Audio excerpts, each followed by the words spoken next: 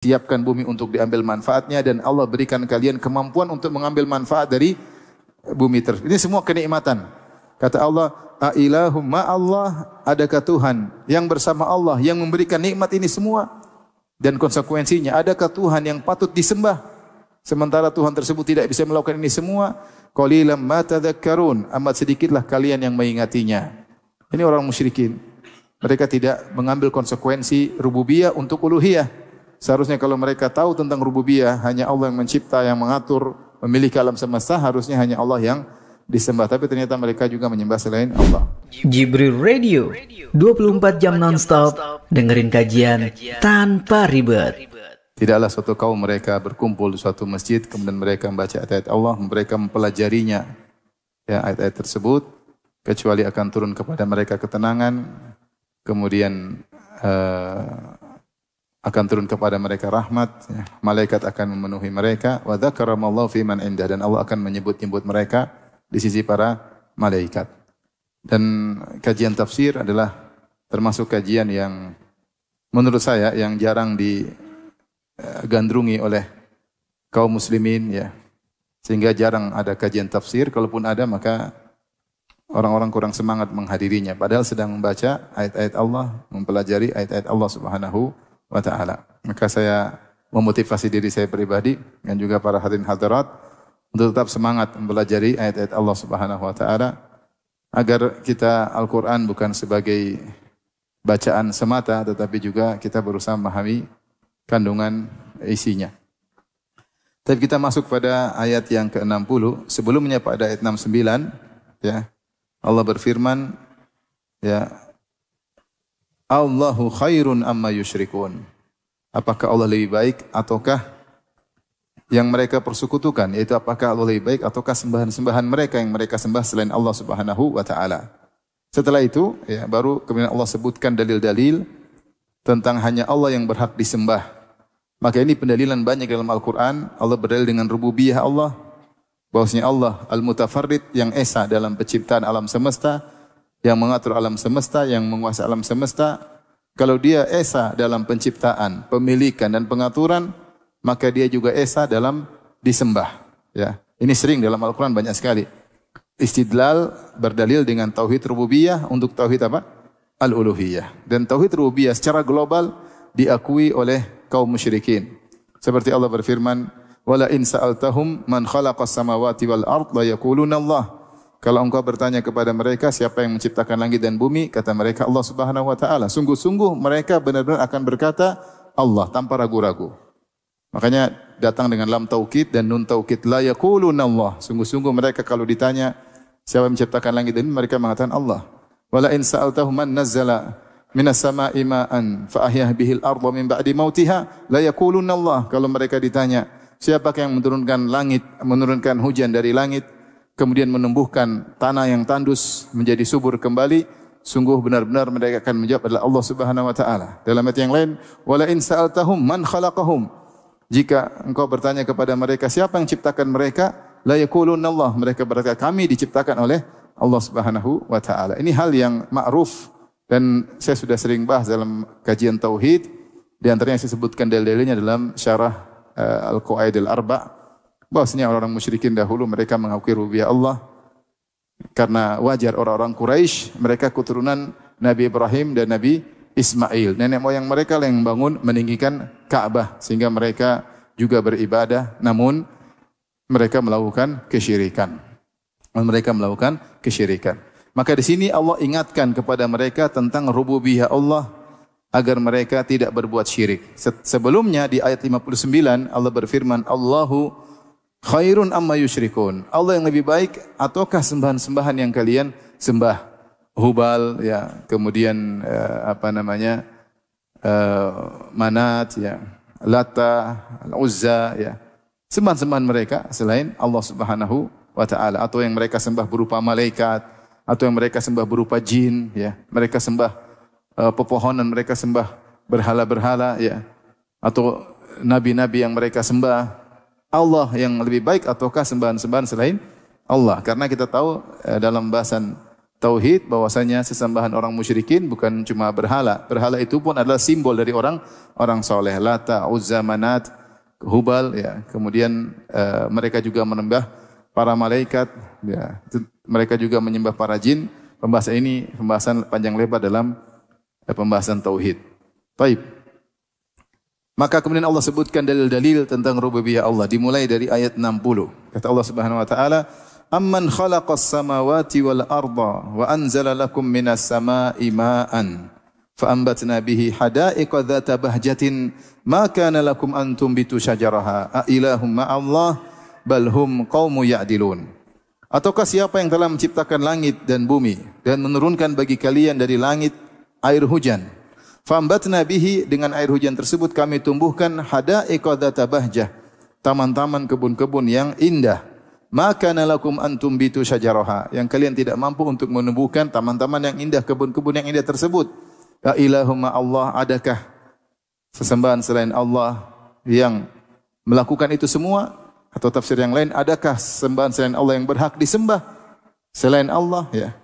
Balhum qaumu ya'dilun, tetapi mereka adalah orang-orang yang melakukan al-udul. Ya'dilun yaitu menyimpang. Baik. Ibnu Katsir rahimahullah taala ketika menafsirkan ayat ini, beliau mengatakan amman atau siapakah? Maksudnya ini Allah menyampaikan siapakah yang lebih baik, yang membuat ini semua atau yang kalian sembah. Dan ini datang dalam Al-Quran metode seperti ini dalam beberapa ayat seperti firman Allah Subhanahu wa taala, amman huwa qanitun ana al-laili sajida wa qa'ima yahdharul akhirata wa rajur rahmata rabbih.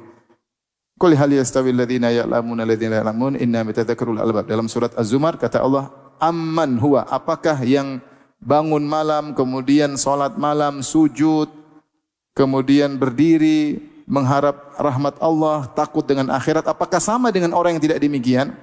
Tapi Allah tidak menyebutkan perbandingan yang dibandingkan. Jadi Allah hanya mengatakan, apakah orang yang seperti ini sama dengan amman huwa, ataukah sama dengan orang seperti ini? Ya, maksudnya tidak sama dengan orang yang tidak melakukannya. Meskipun yang tidak melakukannya Allah tidak sebutkan, tapi sudah dipahami dalam konteks, maksudnya Allah sedang membandingkan antara orang yang bangun malam, salat malam, sujud, tidak sama dengan orang yang tidak melakukannya. Makanya di akhir ayat Allah berkata, Qul hal yastawil ladzina la ya'lamuna Qul hal yastawil ladzina ya'lamuna wal ladzina la ya'lamun, apakah sama orang berilmu dengan orang tidak berilmu? Yaitu Allah ingin mengatakan orang berilmu kegiatannya seperti ini, dia bangun malam, dia salat. Apakah sama dengan orang jahil yang tidak melakukan ibadah seperti ini? Demikian juga seperti Allah Subhanahu wa taala, afaman huwa qa'imun ala kulli nafsin bima kasabat. Apakah Allah yang tegak mengurusi hamba-hambanya, menyaksikan apa yang dilakukan oleh hamba-hambanya, sama dengan sesembahan yang tidak bisa melakukannya? Ini metode dibawakan oleh Ibnu Katsir sama dengan ayat ini, ayat-ayat dalam surat An-Naml ini. Jadi nanti akan banyak ayat-ayat amman dan apakah maksudnya, apakah sama yang kalian sembah dengan Allah yang melakukan ini? Jawabannya tentu tidak sama. Ya. Taruhlah kita praktekkan misalnya kepada wali yang menyembah wali. Apakah sama Allah yang menurunkan hujan, menciptakan dengan wali yang tidak bisa cipta apa-apa? Afamay yakhluqu kama la yakhluq? Apakah sama yang mencipta dengan tidak yang mencipta? Tentu berbeda.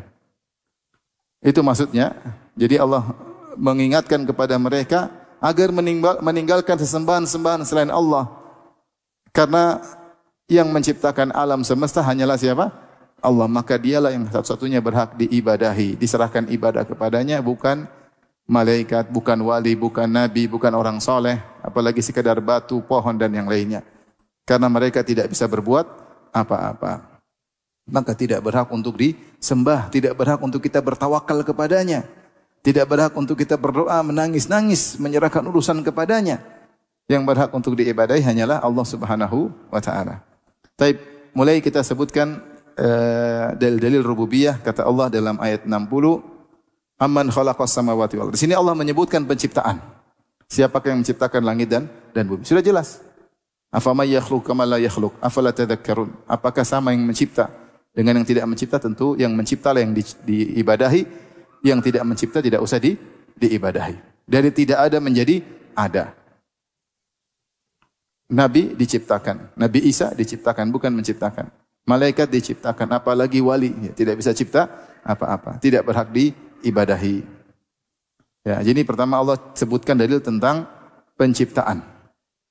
Setelah itu Allah sebutkan tentang kenikmatan yang Allah jadikan di langit dan bumi. Allah bukan sekedar mencipta, jadi tidak ada menjadi ada, tapi Allah juga menjalankan ya kegiatan kehidupan dari langit dan bumi yang semua adalah untuk kenikmatan manusia. Kata Allah, wa anzala lakum minas sama'i ma'an.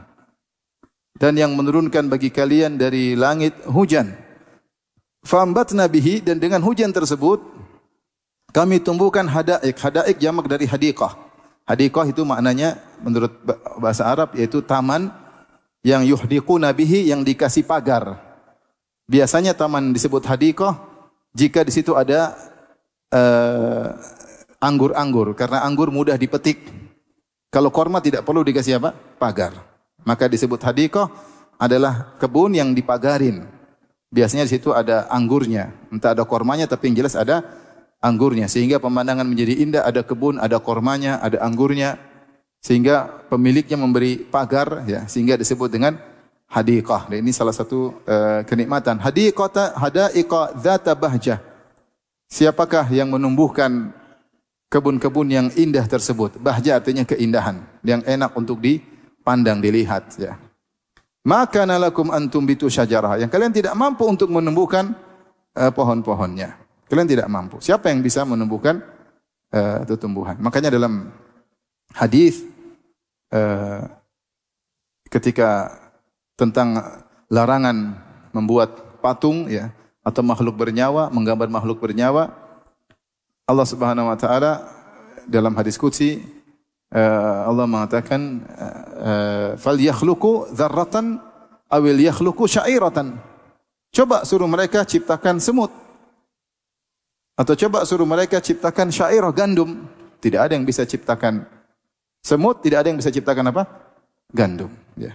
Allah sebutkan dalam akhir-akhir surat Al-Hajj, duriba mathalun fastami'u lah, innal ladzina tad'una min dunillahi la yakhluqu dzubaban wa la yajtama'u lah.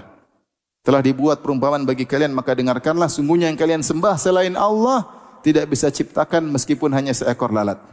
Meskipun mereka bersatu padu, mereka bikin lalat, mereka tidak akan bisa menciptakannya. Lalat tidak bisa, siapa yang bisa bikin lalat? Ya. Makanya di antara kebingungan orang ateis, mereka bisa menyebutkan secara, mungkin mereka, logika mereka, bahwasanya namanya evolusi, perkembangan, perubahan. Tapi yang kasih pasang nyawa siapa? Kok dari tidak bernyawa bisa bernyawa, itu tidak masuk dalam teori evolusi. Kalau bentuk berubah mungkin, tapi dari tidak bernyawa kemudian bisa bernyawa, nggak mungkin. Pasti ada yang memberikan nyawa tersebut. Maka tidak ada yang bisa menciptakan alat. Bahkan kata Allah dalam hadis qudsi, wal yakhluqu syairatan. Coba suruh bikin gandum, enggak bisa. Ya, bikin gandum. Siapa yang bisa bikin gandum? Gandum ditanam kemudian apa? Tumbuh. Siapa yang bisa bikin telur? Telur dieram kemudian keluar ayam, ya. Enggak ada yang bisa bikin. Ada bisa bikin telur buatan, ada, cuma bisa diceplok aja. Telur buatan Cina cuma digoreng. Tapi kalau dieram keluar apa? Ayam, nggak bisa. Nggak ada yang bisa bikin. Sampai sekarang nggak ada yang bisa bikin. Makanya Allah mengatakan, makana lakum antum bitu syajarah. Kalian tidak bisa menumbuhkannya. Makanya dalam surat dalam Al-Quran Allah mengatakan, falyanzuril insanu ila ta'amih. An-nasu subhanallahu summa syaqqaqna al-ardu syaqqan fa ambatna fiha habban wa inaban wa qadba. Seorang lihatlah apa yang dia makan. Kita misalnya makan buah, makan sayur-sayuran. Kata Allah, kami yang turunkan hujan untuk membasahi benih tersebut. Kami yang membelah bumi sehingga keluar benihnya, sehingga bisa tumbuh. Ya. Kami tumbuhkan. Ini semua Allah yang bikin. Kemudian tinggal kita hadir di depan kita, kemudian kita makan. Ya. Allah juga berfirman dalam Al-Quran, afara'aitum ma tahruthun, a antum tazra'unahu am nahnu zari'un. Tidak kalian melihat apa yang kalian tanam? Kalian tumbuhkan atau kami yang tumbuhkan? Lau nasya'u ja'alnahu hutama. Kalau kami ingin, kami akan hancurkan, keringkan tumbuhan-tumbuhan tersebut. Fadhaltum tafakkahun. Kemudian Allah berfirman, afara'aitumul ma'a alladhi tashrabun. Renungkanlah tentang air yang kalian minum. A antum anzaltumuhu minal muzni am nahnul munzilun? Yang turunkan dari awan siapa? Kami atau kalian? Lau nasya'u ja'alnahu ujajan. Kalau kami berkehendak kami jadikan air tersebut asin. Kalau kami berkehendak kami jadikan air tersebut apa? Asin. Ini Allah sebut tentang rububiyahnya, bahwasanya ini semua Allah yang bikin. Makanya Allah setelah itu Allah mengatakan a ilahun ma Allah? Adakah Tuhan bersama Allah yang patut untuk disembah? Yang bisa melakukan ini semua, adakah Tuhan bersama Allah? Ada dua tafsiran yang dua-duanya saling melazimi. Tafsiran pertama, adakah Tuhan bersama Allah yang ikut serta dalam proses ini? Adakah? Tidak ada. Nabi Isa ngatur hujan? Tidak ada. Nabi Muhammad ngatur hujan? Tidak ada. Malaikat diperintah oleh Allah Subhanahu wa taala tidak melakukan kecuali atas perintah Allah. Ini Allah lakukan sendiri. Dia bersendirian dalam pengaturan ini semua. Yang memberikan nyawa, yang menghidupkan, mematikan cuma Allah Subhanahu wa taala. La ilahun ma Allah. Adakah Tuhan yang ikut serta? Artinya, kalau ada silakan disembah. Kalau ada yang ikut serta ciptakan langit dan bumi, silakan disembah. Tapi kalau tidak ada, makanya di antara syirik dalam rububiyah, kalau meyakini ada selain Allah yang ikut serta dalam mencipta, dalam memiliki atau dalam mengatur. Kalau meyakini bahwasanya ada jin yang ngatur gunung, syirik ini. Ada yang mengatur, meyakini bahwasanya Nyi Roro Kidul ikut mengatur pantai selatan, syirik. Ini yang ngatur semua Allah Subhanahu wa taala. Apalagi mengatakan kita harus memuliakan sang wali karena yang jaga kota kita ini wali yang sudah mati. Ini wali masih hidup aja tidak bisa jaga dirinya. Tidak bisa jaga dirinya. Makanya ketika dia sakit di ke rumah sakit, maunya sembuh ternyata mati. Dia saja tidak bisa jaga dirinya. Kemudian setelah mati dibilang dia menjaga negeri kita. Syirik atau bukan? Syirik ya akhi, yang jaga Allah Subhanahu wa taala. Tapi ini tersebar di sebagian apa? Masyarakat. Lagi kemudian muncul cerita-cerita khurafat-khurafat membuat orang berkeyakinan kepada sebagian wali, ya, bosnya ikut mengatur alam semesta. Baik, kata Allah, ilahumma Allah, adakah Tuhan yang ikut serta dalam menciptakan langit dan bumi, mengatur ini semua? Yang konsekuensinya, kalau begitu adakah Tuhan yang berhak disembah? Sementara yang melakukan hanyalah Allah semata, jawabannya tentu tidak perlu dijawab. Ingkaran, namanya pengingkaran. Balhum qaumun ya'dilun, tapi mereka adalah kaum yang ya'dilun. Ya'dilun ini ada secara bahasa Arab bisa ya'dilun an atau al-udul an atau al-udul bi. Kalau menggunakan al-udul bi, maksudnya adalah menyamakan selain Allah dengan Allah, yaitu mereka melakukan kesyirikan. Seperti Allah berfirman, Alhamdulilladzi khalaqas samawati wal arda wa ja'ala adh-dhulumati wan nur, tsumma alladziina kafaru bi rabbihim ya'dilun. Ada bi rabbihim ya'dilun. Jadi al-udul bi maksudnya menyamakan selain Allah dengan Allah, yaitu mensyirikan, mensekutukan Allah. Menyembah Allah juga menyembah selain Allah. Jadi makna balhum qaumun ya'dilun ada dua tafsiran, karena Allah tidak menyebutkan huruf takdiyahnya. Ini bahasa Arab sih ya. Antum ngerti enggak? Enggak ngerti ya sudahlah, qadarullah. Makanya tidak mungkin sempurna seorang memahami Al-Quran dan Sunnah kecuali kalau ngerti apa bahasa Arab. Tapi kita bilang adalah, ada dua, adalah bi, adalah an. Kalau adalah bi maksudnya menyamakan. Tapi mereka adalah kaum yang menyamakan Allah dengan selain Allah. Itu dalam penyembahan. Kaum musyrikin tidak pernah menyamakan Allah dengan selain Allah dalam urusan penciptaan. Mereka tidak pernah bilang Hubal, Lata, Manat, Uzza menciptakan langit itu. Tidak ada dalam kamus mereka. Tapi Allah mengatakan mereka menyekutukan Allah dalam peribadatan. Yaitu mereka menyembah Allah, mereka juga menyembah selain Allah. Mereka berdoa kepada Allah, mereka juga berdoa kepada selain Allah. Mereka bertawakal kepada Allah, mereka juga bertawakal kepada selain Allah. Yang tidak pantas untuk ditawakali. Kenapa? Karena sembahan mereka tidak ikut menciptakan langit dan bumi. Dan tidak ikut menumbuhkan tumbuhan, tidak ikut menurunkan hujan. Bagaimana kemudian bisa diibadahi? Ini pendapat pertama. Yang kedua, balhum qaumun ya'dilun, maksudnya ya'dilun anil haq, yaitu mereka berpaling dari kebenaran. Mereka tidak mau mendengar kebenaran. Mereka tidak mau mendengar dakwah tauhid dari Nabi sallallahu alaihi wasallam. Mereka tetap ngayal dengan kesyirikan yang mereka lakukan dengan dalil turunan nenek moyang. Selesai. Ya ini tradisi, masa mau ditinggal? Kami sudah nyaman selama ini dengan tradisi kesyirikan. Ya. Sulit memang terkadang meninggalkan tradisi setelah merasa kenyamanan. Udah nyaman, janganlah diganggu, nyaman. Ya. Taib. Kemudian Allah sebutkan lagi. Ya. Amman ja'alal arda qarara. Siapa yang menjadikan bumi tenang? Ya. Bumi tidak bergerak, tidak bergoyang, dia tenang, bisa ditinggali dengan nyaman. Wa ja'ala khilalaha anhara. Kemudian Allah tidak jadikan bumi demikian, tetapi Allah jadikan di antaranya ada sungai-sungai. Sungai dengan isinya, berbagai macam sungai dibuat untuk apa? Kehidupan. Coba kalau antum ke Mesir lihat sungai Nil. Sungai Nil kalau nggak salah melewati 9 negara atau kurang lebih. Dari sungai tersebut berbagai macam apa? Timbul perkotaan. Mereka ambil kehidupan dari apa? Sungai tersebut. Sungai sumber kehidupan untuk bercocok tanam, untuk tumbuh apa namanya ikan-ikan dari sungai tersebut ya. Dan untuk kebutuhan-kebutuhan yang lainnya. Wa ja'ala khilalaha anhara wa ja'ala laha rawasiya. Dan Allah jadikan bagi dia rawasi itu ya suatu yang sawabit yang kokoh, maksudnya gunung. Gunung. Ya Allah jadikan gunung buat bumi tersebut. Antamida bikum agar bumi tidak bisa bergoyang. Ini antum tanya ahli geologi. Coba tanya ahli geologi, apa fungsi gunung? Di antara tidak buat bumi bergetar. Ya, ahli geologi mereka lebih ngerti. Ya. Wa ja'ala bainal bahraini hajiza, dan Allah menjadikan penghalang di antara dua bentuk al-bahar, yaitu dua al-bahar maksudnya kumpulan air yang banyak, maksudnya sungai dan laut. Sungai disebut laut, bahar itu bahasa Arab artinya air yang banyak, atau sungai sumber air yang banyak, tawar namanya sungai, sumber air banyak yang asin namanya apa? Laut. Allah jadikan penghalang di antara keduanya. Ini kalau kita baca buku tafsir zaman dahulu, mereka maksudkan Allah membuat air sungai terhalang dari sungai air laut dengan berbagai macam cara, di antaranya dengan daratan, dengan dataran ya. Kalau penafsiran sekarang ditambah, para mufassirin mutaakhirin mereka mengatakan di antaranya terkadang bertemu air payau dengan air laut, tapi tidak bisa bersatu. Allah menjaga konsentrasi atau massa jenis masing-masing air sehingga terjaga, tidak bersatu. Kenapa tidak disatukan? Karena ada kemaslahatan masing-masing.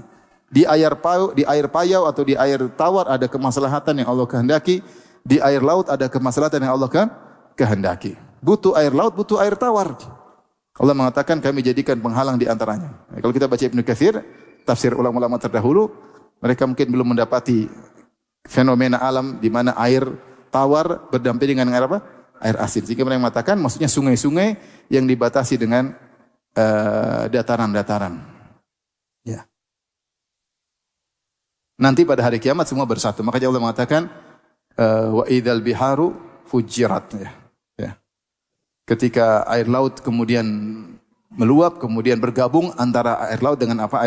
Air sungai. Kemudian Allah mengatakan idzal biharu sujirat, setelah bergabung Allah bakar air laut tersebut, menyala jadi api. Bagaimana caranya? Urusan Allah. Tinggal dibuka H2O-nya jadi apa? Oksigen, hidrogen terbakar. Wallahu alam, itu urusan apa? Allah Subhanahu wa taala. Tapi sekarang sebelum hari kiamat masing-masing pada tempatnya. Ini adalah nikmat-nikmat yang Allah berikan. Allah jadikan bumi seperti ini, Allah jadikan sungai-sungai, Allah jadikan lautan, Allah jadikan gunung-gunung. Ailahumma Allah. Adakah Tuhan yang lain melakukan seperti ini bersama Allah? Kerjasama dengan Allah melakukan ini semua? Adakah Tuhan? Apakah Nabi Muhammad ikut serta menciptakan langit dan bumi, mengatur alam semesta? Tidak. Rasulullah SAW makhluk termulia di alam semesta, tidak berhak untuk disembah. Dia nggak bisa apa-apa. Makanya terluka ketika perang Uhud. Waktunya sakit-sakit, ketika meninggal. Waktunya lapar-lapar. Waktunya buang hajat. Ya.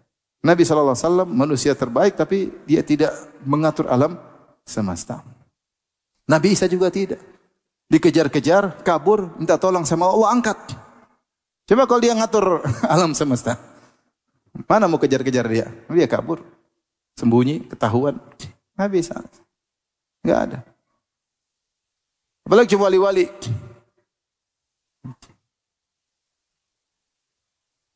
Seperti waktu musim corona, ada yang bilang kalau mau selamat dari corona, pasang foto wali ini di rumah, aman. Itu wali saja waktu sakit dia ke rumah sakit. Sampai akhirnya meninggal dunia, dia pingin sembuh aja enggak bisa. Dia saja ingin menyembuhkan dirinya tidak bisa. akhirnya ke rumah sakit, akhirnya meninggal dunia. Sekarang sudah mati, bilang fotonya bisa menyelamatkan dari apa? Corona. Khurafat tingkat tinggi. Khurafat, subhanallah, di tanah air kita luar biasa ya. Siapa yang mengatur ini semua? Dia yang berhak disembah. Ilahumma Allah. Adakah Tuhan selain Allah yang menyertai Allah dalam pengaturan alam semesta ini? Bal aktsaruhum la ya'lamun. Kebanyakan mereka tidak tahu konsekuensinya. Ya. Baik, ini subhanallah kalau kita lihat ya. Jadi ini di antara dalil tentang apa namanya? Bagaimana adanya Tuhan, di antaranya dengan dari tidak ada menjadi ada. Allah menciptakan langit dan bumi dari tidak ada menjadi apa?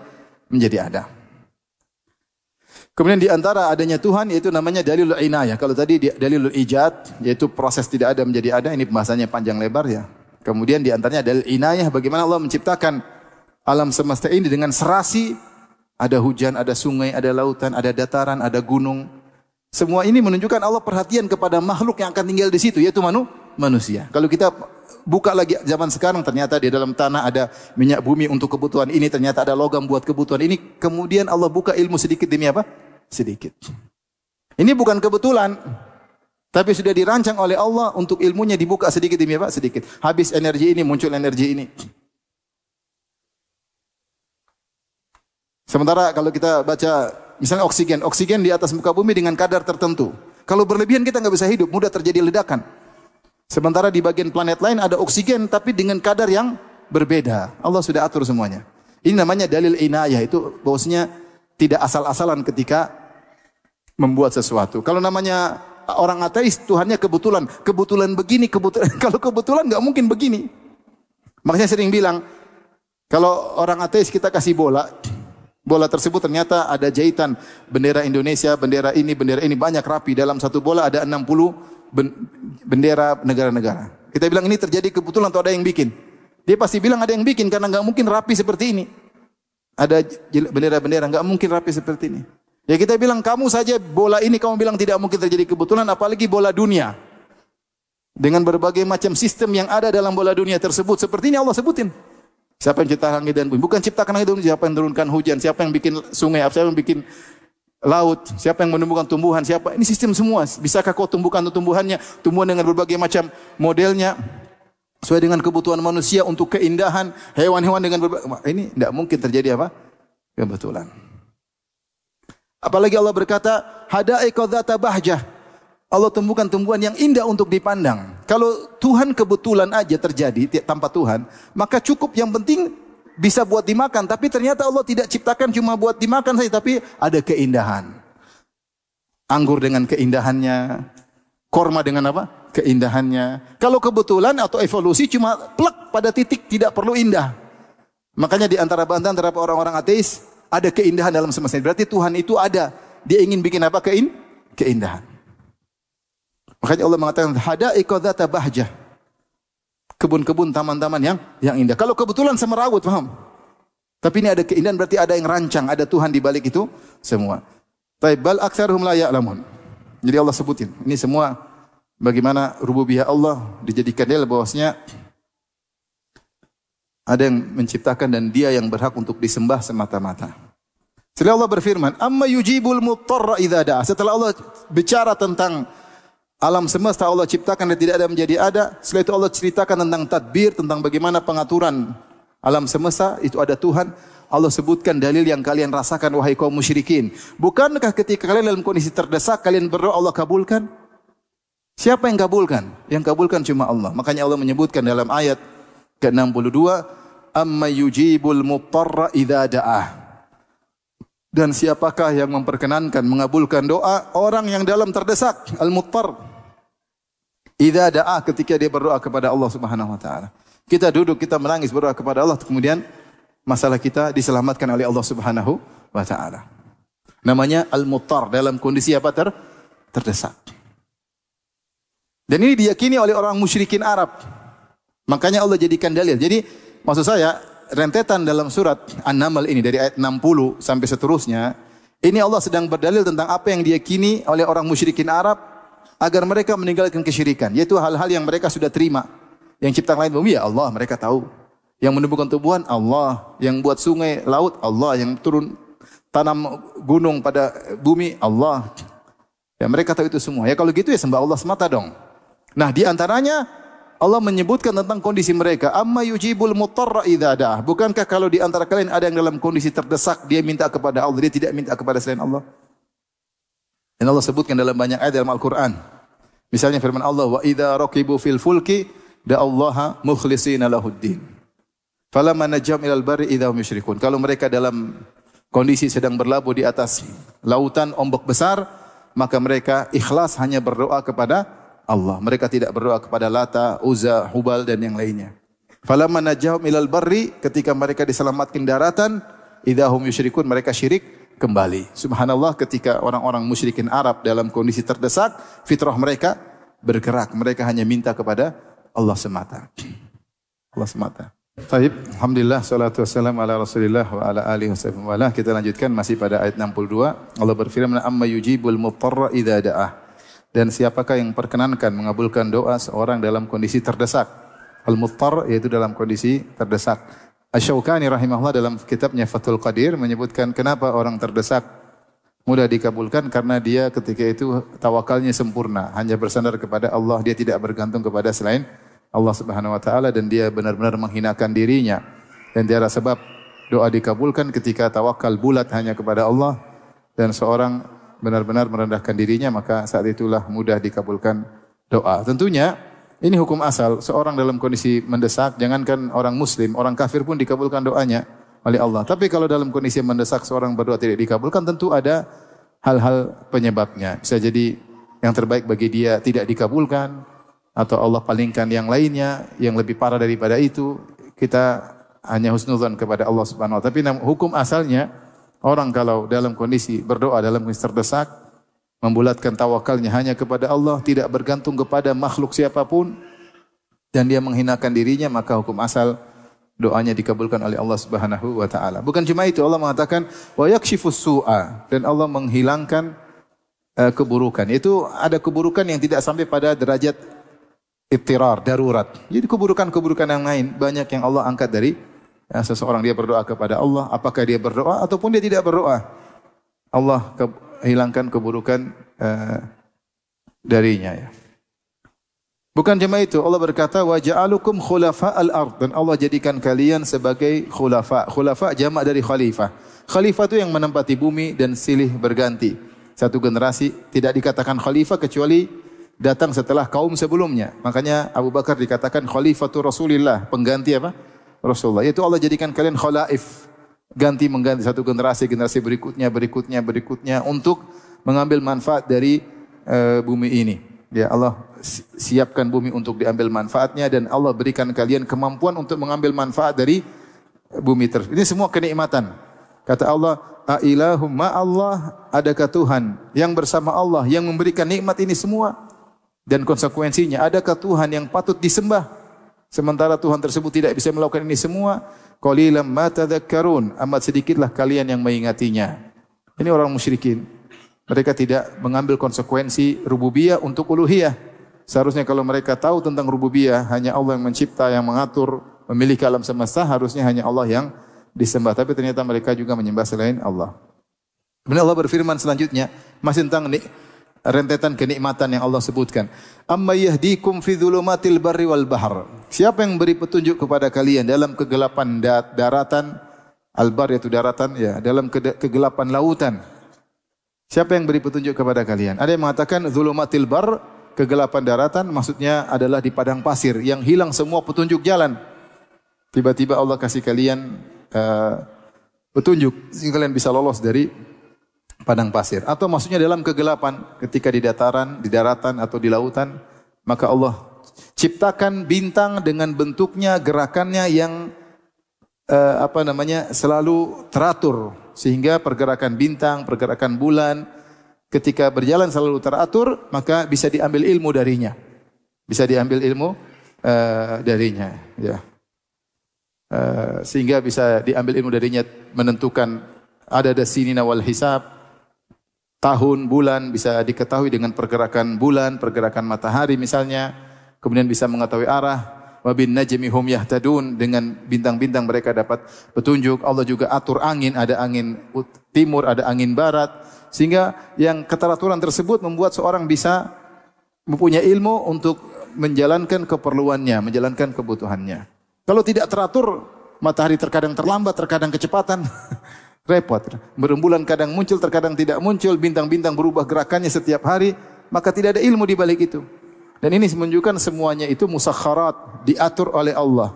Ketika diatur oleh Allah sehingga bisa diambil ilmu darinya. Oh, bintang ini berarti arahnya sini, bintang itu arahnya sini. Angin ini akan muncul pada bulan ini, angin ini timur muncul pada bulan ini, sehingga mereka bisa mengatur keperluan mereka dalam mengambil manfaat dari bumi. Kata Allah Subhanahu wa taala, siapa yang beri petunjuk kepada kalian dalam kegelapan daratan dan dalam kegelapan lautan, yaitu mengatur angin yang menunjukkan arah dengan bintang-bintang, dialah Allah. Emang wali-wali yang ciptakan bintang-bintang itu? Enggak.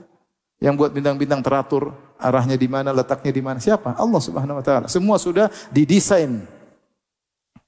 Makanya di antara dalil bahwasanya Tuhan itu ada bukan kebetulan, ciptaan Allah semua itu, kalau bahasa kita apa ya? Diciptakan dengan desain yang detail, Seorang kalau ambil rambut aja, dia akan dapati bahwasanya penyusun rambut ini sel-sel yang teratur dengan rapi dan benar-benar detail dan padat. Kalau terjadi kebetulan enggak seperti itu, berarti ini ada yang nyusun. Ambil saja misalnya jantung dengan berbagai macam pernak-pernik dalamnya, ini berarti, atau mata ambil, coba pernak-perniknya detail-detail, ini berarti ada yang bikin. Kalau kebetulan enggak begitu.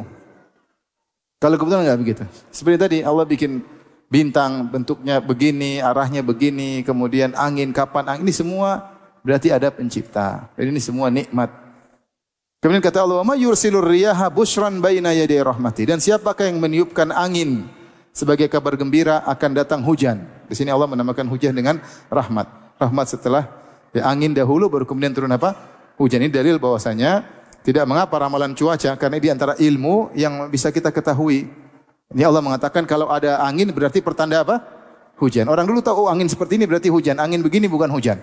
Ini bukan untuk ilmu gaib, tapi suatu yang diterka karena ada ilmunya. Maka perakiraan cuaca hanya perakiraan, tidak pasti, tapi itu boleh karena di antara ilmu yang diberikan oleh Allah dengan perakiraan. Kalau ada hujan, ada angin, berarti akan apa? Hujan. Seperti ini jadi masalah. Ailahum ma'allah. Allah ulangi lagi. Adakah Tuhan bersama Allah yang ngatur itu semua? Ataukah Allah hanya sendirian? Sehingga apakah ada Tuhan yang pantas disembah? Kalau ada Tuhan yang ngatur gini, kita sembah dia juga. Kalau misalnya saya diciptakan oleh dua zat, Allah dan yang lainnya, saya juga sembah yang lain. Tetapi yang ciptakan kita hanya siapa? Allah. Seandainya yang mengatur benua Asia Allah dan ada zat lain, kita akan sembah zat tersebut karena dia punya peran dalam mengatur alam.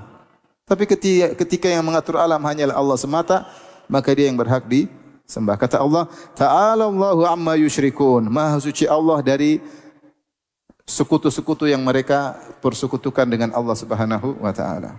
Allah lanjutkan lagi. Amma yabda'ul khalqa tsumma yu'idu. Siapa yang memulai penciptaan? Ini dalil ijad, dari tidak ada menjadi ada. Kemudian Allah masukkan di antaranya tsumma yu'iduhu, dan Allah akan mengembalikannya. Orang-orang musyrikin mereka mengingkari hari kebangkitan. Tapi Allah selipkan di sini. Semua yang disebutkan sebelumnya mereka akui orang musyrikin kecuali hari kebangkitan. Makanya mereka menolak dakwah Nabi karena Nabi menyerukan ada hari kebangkitan. Tapi Allah paksakan di sini. Mereka mau tidak mau harus terima. Kalau Allah bisa begini, bisa menciptakan, bisa ini, mengembalikan sangat mudah. Wa huwa ahwanu alaihi, sangat mudah bagi Allah. Amman yabda'ul khalqa, siapa yang mulai penciptaan dan kemudian mengulangi lagi. Maka disebut pengulangan. Kalau yang bisa menciptakan tidak ada menjadi ada, mengulangi lebih mudah atau tidak? Kalau kita manusia, bagi Allah semuanya mudah. Tapi bagi kita, kalau kita pernah membuat sesuatu, mengulangi lagi, mudah atau tidak? Mudah. Allah menciptakan mulai mudah, apalagi sekedar mengulangi, tinggal kun fayakun. Ini bahasanya panjang, bukan saatnya kita bahas. Wa may yarzuqukum minas sama'i wal ard, siapa yang beri rezeki kepada kalian dari langit dan bumi? A ilahum ma Allah, adakah Tuhan bersama Allah yang beri rezeki kepada kalian, yang turunkan hujan, yang menumbuhkan tumbuhan? Qul hatu burhanakum in kuntum shadiqin, datangkan dalil kalau kalian benar sehingga kalian berhak menyembah Nabi Isa, menyembah Nabi Muhammad, menyembah wali-wali, menyembah para malaikat, menyembah jin-jin. Apakah mereka bersama Allah mengatur ini semua? Apakah mereka menurunkan hujan? Apakah mereka menurunkan tumbuhan? Qul hatu burhanakum. Mana dalil kalian? Mana dalil kalian? Baik. Ini semua tadi kita bilang al-istidlal birrububiyah alal uluhiyah. Allah sering dalam Al-Qur'an berdalil dengan rububiyah Allah. Allah Maha Esa dalam penciptaan, pemilikan dan pengaturan. Kalau begitu hanya Dialah yang berhak untuk disembah. Ini dalam Al-Qur'an banyak sekali. Karena rububiyah diakui oleh kaum musyrikin secara global. Tentu mereka ada penyimpangan tapi secara umum mereka mengakui. Kalau kalian mengakui rububiyah maka hanya Allah yang berhak untuk disembah. Di antara pendalilan menarik adalah pernyataan Thahir bin Ashur dalam tafsirnya, dia mengatakan al-istidlalu masyubun bil imtinan. Ini istidlal tetapi pendalilan dengan rububiyah Allah disertai dengan imtinan, yaitu Allah berikan kenikmatan-kenikmatan. Tadi Allah sebutkan Allah yang turunkan hujan, Allah yang tumbuhkan tumbuhan, Allah yang kabulkan doa kalian, Allah yang menjadikan kalian mengatur, mengambil manfaat dari bumi ini. Dan konsekuensi dari zat yang berikan kita kenikmatan, harusnya kita hanya beribadah kepada Dia. Dan harusnya kita semangat beribadah kepada Dia. Kita ini kalau punya bos kasih kita gaji 100 juta per bulan, kita disuruh kapan saja siap atau tidak?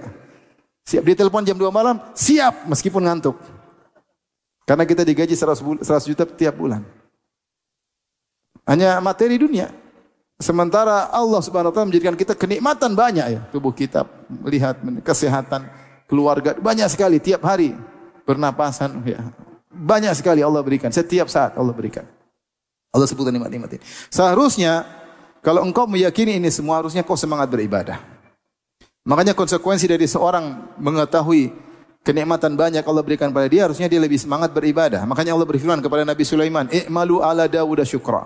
Wahai keluarga Daud yaitu Sulaiman, beramalah sebagai bentuk syukur atas nikmat yang kami berikan kepada kalian. Wa qalilun min ibadiyas syakur. Hanya sedikit dari hamba-hambaku yang bersyukur. Maka kita kalau ingat nikmat-nikmat ini, kita harusnya semangat. Semakin banyak nikmat, harusnya semakin banyak beribadah.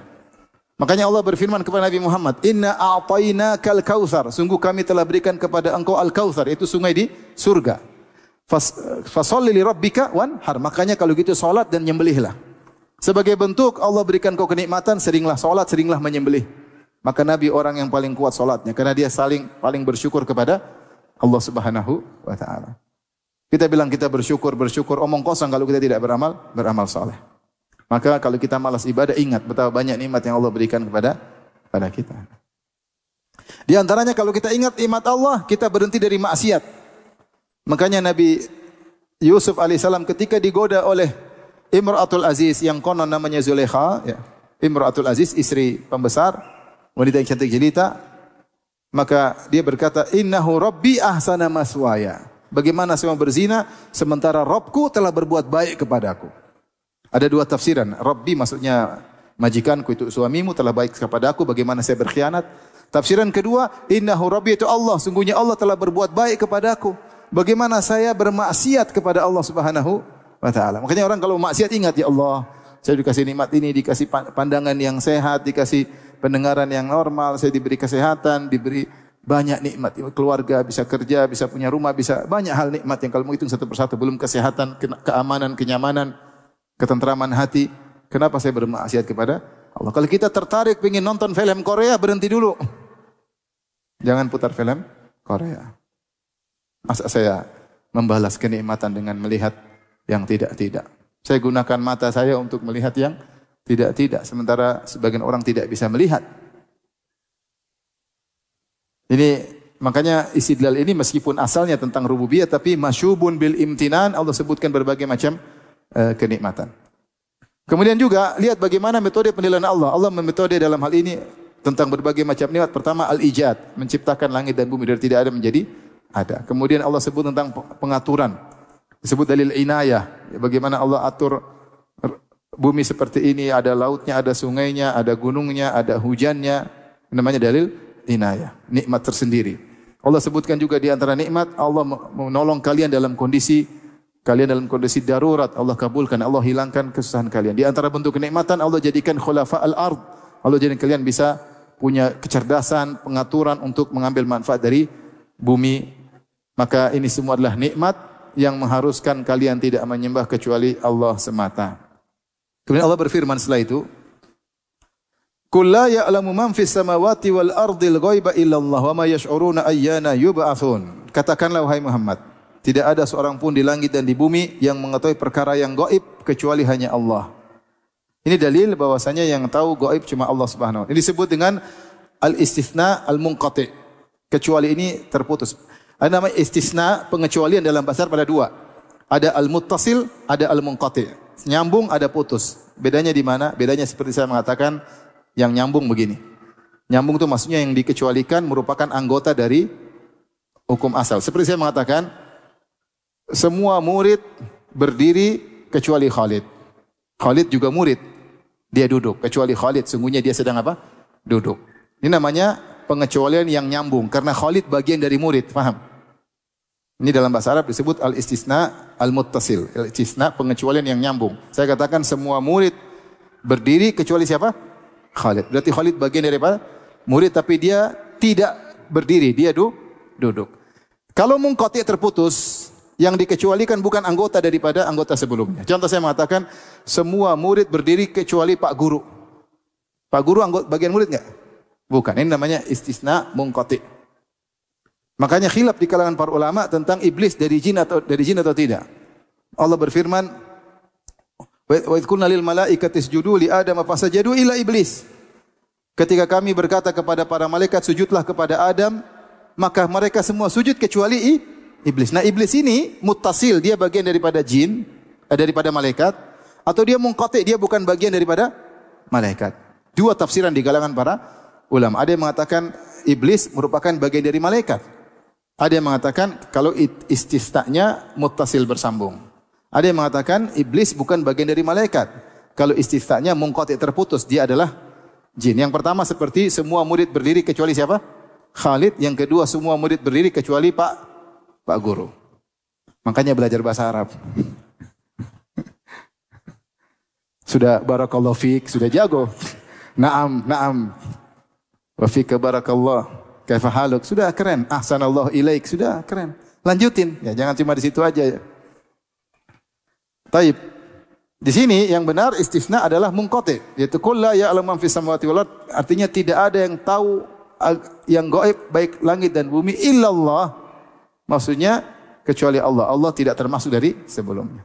Kalau kita bahasakan la ya'lamu man fis samawati wal ardil ghaiba walakinnallaha ya'lam. Semua di langit dan bumi tidak tahu tentang hal yang gaib, akan tapi Allah tahu. Ini dalil bahwasanya gaib yang tahu hanyalah Allah. Gaib ada dua, ada namanya al-gaibul mutlak, ada namanya al-gaibun nisbi. Gaib nisbi dan gaib mutlak. Gaib mutlak itu perkara-perkara yang tahu hanya Allah Subhanahu wa taala. Kapan hari kiamat yang tahu cuma siapa? Allah. Masa depan yang tahu cuma siapa? Allah. Ada gaib nisbi. Gaib nisbi itu sebagian makhluk tahu, sebagian makhluk tidak tahu. Tidak tahu.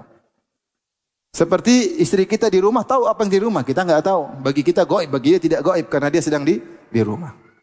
Seperti Allah mengabarkan sebagian hal gaib masa depan kepada sebagian malaikat dan kepada sebagian rasul. Bagi mereka tidak gaib, bagi kita gaib karena kita tidak dikabarkan. Allah mengatakan alimul ghaibi fala yudhiru ala ghaibihi ahada illa man irtadha mir rasulin. Allah tahu ilmu gaib dan Allah tidak mengabarkan kecuali kepada para rasul yang Allah ridhai. Itu sebagian malaikat dan sebagian rasul. Sebagai bukti bahwasanya mereka para rasul. Tidak semua ilmu gaib Nabi tahu. Makanya Aisyah radhiyallahu anha berdalil dengan ayat dalam hadis riwayat Muslim, dia berkata, "Man qala anna Muhammadan sallallahu alaihi wasallam yukhbiru bima yakunu fi ghadin faqad a'zama Allah 'ala Allahi firyah." Siapa yang mengatakan Muhammad mengabarkan apa yang terjadi besok, maka dia telah melakukan kedustaan besar terhadap Allah. Karena Allah berfirman, "Qul la ya'lamu man fis samawati wal ardil ghaiba illallah." Katakanlah tidak ada di langit dan di bumi yang tahu tentang al-ghaib kecuali cuma siapa? Allah. Makanya ketika ada orang-orang memuji Nabi, mengatakan wa fina nabiyyun ya'lamu ma fi ghadin, di tengah-tengah kita ada seorang nabi yang tahu hari esok, maka Nabi pun marah karena Nabi tidak tahu apa yang terjadi besok. Buktinya jangankan yang terjadi besok, istrinya waktu ketinggalan sehingga dituduh berzina dengan Sofwan bin Mu'attal As-Sulami, Rasulullah tidak tahu. Kisah namanya hadithatul ifk, orang-orang munafik nuduh Aisyah berzina dengan Sofwan. Nabi tidak tahu, padahal itu terjadi di zaman dia. Istrinya ketinggalan pulang telat sama Sofwan bin Mu'attal As-Sulami radhiyallahu anhu. dituduh Aisyah berzina. Nabi tidak tahu istrinya berzina atau tidak sampai turun ayat mengatakan Aisyah tidak berzina. Saking Nabi tidak tahu sampai Nabi datang kepada Aisyah. Kata Rasulullah, "Ya Aisyah, in kunti alamti bidzambin." Ya Aisyah, kalau memang kau berdosa, minta ampunlah, Allah akan ampuni engkau. Tapi kalau kau tidak berdosa, maka fasayubarri'ukillah. Allah akan bebaskan engkau dari tuduhan tersebut. Ketika mendengar pernyataan Nabi tersebut, Aisyah tadinya menangis berhenti. Maka dia tidak menyangka suaminya masih kasih kemungkinan kalau memang kau berdosa. Dia maunya Nabi mengatakan, kau pasti tidak begitu hai istriku. Tapi Nabi tidak mau mendahului Allah. Nabi tidak tahu hakikat. Makanya Nabi mengatakan kepada istrinya, Aisyah nangis berhari-hari tidak berhenti. Sampai akhirnya di penghujung setelah sebulan Nabi datang kepada Aisyah. Aisyah lagi di rumah ayah dan ibunya. Nabi berkata, perkata ini membuat Aisyah sedih. Sehingga dia berhenti menangis. Nabi berkata, masih dua kemungkinan. Ya Aisyah, kalau kau memang bebas, sayubari'ukillah, Allah akan bebaskan engkau dari tuduhan tersebut. Wa in kunti alamti bidzambin, tapi kalau kau dosa, istighfarlah. Ini yang buat Aisyah. Akhirnya Aisyah mengatakan, wahai ayahku, bantah itu Nabi, bela aku. Wahai ibuku, bela aku. Kata kedua orang tuanya, bagaimana mau? Akhirnya turun ayat membela Aisyah. Bahwasanya Aisyah bersih, ketika Aisyah bersih, kata ayahnya, berdirilah kepada Nabi. Kata Aisyah, enggak. Karena yang bela dia bukan Nabi, siapa? Allah. Artinya Nabi tidak tahu ilmu gaib. Sebulan tuduhan Aisyah berzina atau tidak, dia tidak tahu. Dia tunggu wahyu dari Allah. Itu padahal terjadi di zaman dia. Ini kejadian pertama. Gara-gara kenapa Aisyah ketinggalan? Gara-gara kalungnya hilang, dia cari, akhirnya ketinggalan rombongan. Perjalanan berikutnya, Aisyah kalungnya hilang lagi.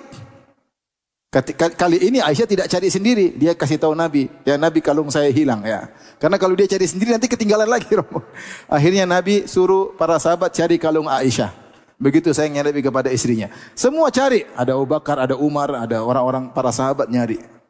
Sampai tiba waktu subuh, ternyata kalungnya belum ketemu. Akhirnya sebagian orang bingung, ya Rasulullah waktu subuh ada yang belum, ada yang junub, ada yang tidak berwudu, gimana mau sholat? Akhirnya sebagian mereka sholat tanpa wudu. Waktu itu ayat tayamum belum turun. Akhirnya turun ayat tayamum. Gara-gara Aisyah kalungnya hilang, maka turunlah ayat tayamum. Sampai Aisyah dipuji, "Ma hiya bi awwali barakatika ya ala Abi Bakar." Ini bukan keberkahan engkau yang pertama wahai Aisyah. Kau sering mendatangkan keberkahan. Gara-gara kalungmu hilang, ada syariat baru, syariat apa? Tayamum. Sampai akhirnya selesai sholat subuh, ternyata kalung belum ketemu. Akhirnya ketika Nabi berjalan pergi, ternyata kalungnya diinjekin onta. Ontanya berdiri baru ketahuan. Ontanya pun tidak bilang, ya Rasulullah di bawah saya, enggak. Maksud saya, Nabi tidak tahu situ ada wali-wali Allah, ada para sahabat yang dijamin masuk surga. Mereka tidak tahu. Jangankan bicara gaib, yang sekarang sedang terjadi pun mereka tidak tahu. Makanya kalau ada yang bilang, oh saya tahu besok, saya tahu besok. Ente berdosa atas nama Allah. Cuma dua kemungkinan yang tahu besok. Nabi, Allah kasih tahu, atau dukun. Kemungkinan kau dukun, karena Nabi sudah enggak ada. Berarti kau dukun, ada jin yang pura-pura kasih kabar-kabarin engkau sehingga kau menerka-nerka. Oleh karenanya ini dalil bahwasanya tidak ada yang tahu ilmu gaib kecuali siapa? Allah Subhanahu wa taala. Adapun gaib nisbi ada, gaib nisbi tadi sebagian makhluk tahu, sebagian makhluk tidak tahu. Tapi ada yang mutlak yang tidak tahu kecuali Allah Subhanahu wa taala. Kata Allah Subhanahu wa taala, "Wa ma yash'uruna ayyana yub'atsun," dan mereka tidak mengetahui bila mereka dibangkitkan. Mereka tidak tahu ilmu gaib dan mereka tidak tahu kapan tiba hari kiamat. Jibril pun tidak tahu ketika ditanya tentang hari kebangkitan.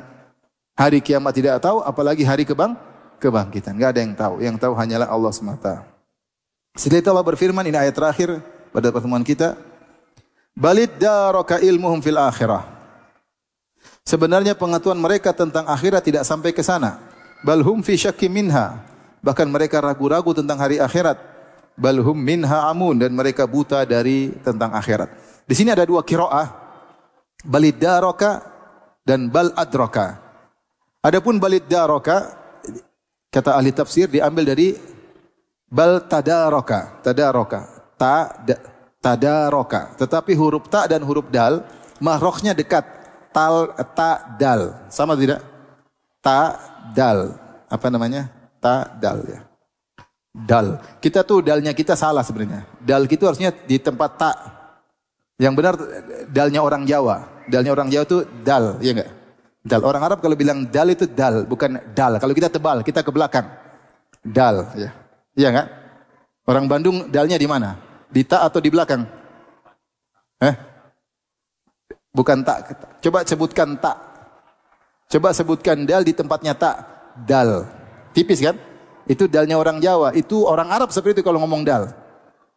Mudrik kalau kita mudrik, agak ke belakang dalnya.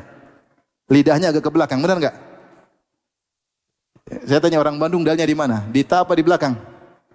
Di belakang kan? Coba bilang dal. Dal. Dada. Bukan dada. Dada ya kan? Dada. Kalau dada. Ya. Nah, dal yang benar itu makhrajnya sama dengan apa? Atau dekat dengan huruf apa? Tak. Karena dekat maka orang Arab menggabungkannya. Harusnya bal tadaraka digabungkan jadi balid daraka. Taknya digabung ke dal karena makhrajnya dekat. Makanya belajar bahasa Arab. Qiraah yang kedua bal adraka. Dua ini punya makna yang berbeda. Kalau balid daraka dari tadarok, maka ini dua tafsiran. Ada yang mengatakan balid daraka maksudnya ini ada beberapa tafsiran. Yang pertama, bahwasanya ilmu mereka tentang hari akhirat baru sempurna ketika di hari akhirat. Mereka sekarang mengingkari orang musyrikin. Nanti ketika mereka mati, kemudian dibangkitkan, baru mereka percaya. Ilmu mereka baru, oh benar. Baru mereka tahu bahwasanya akhirat itu ada ya.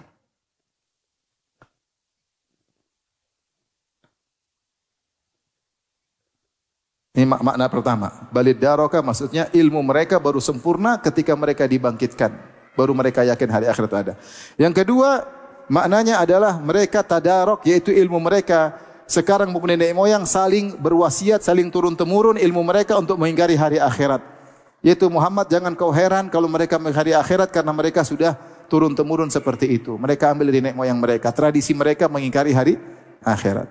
Pendapat ketiga, bahwasanya mereka saling tadarok, yaitu saling satu menyatu ilmu mereka sehingga mereka saling berselisih.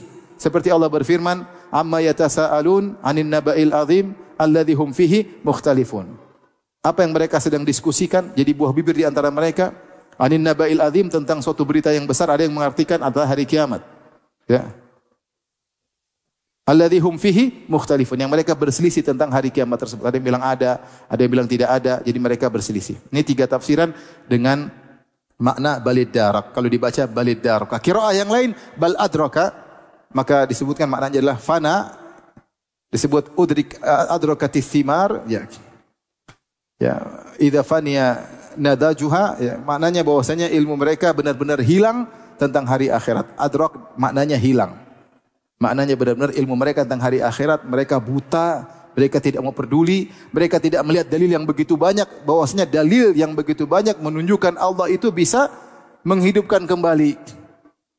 Seperti Allah mengatakan turunnya hujan, bumi mati, kemudian tandus, kemudian tumbuh lagi. Kata Allah, kadzalikan nusyur, demikian pula hari kebangkitan. Mati hidup lagi. Ada contohnya.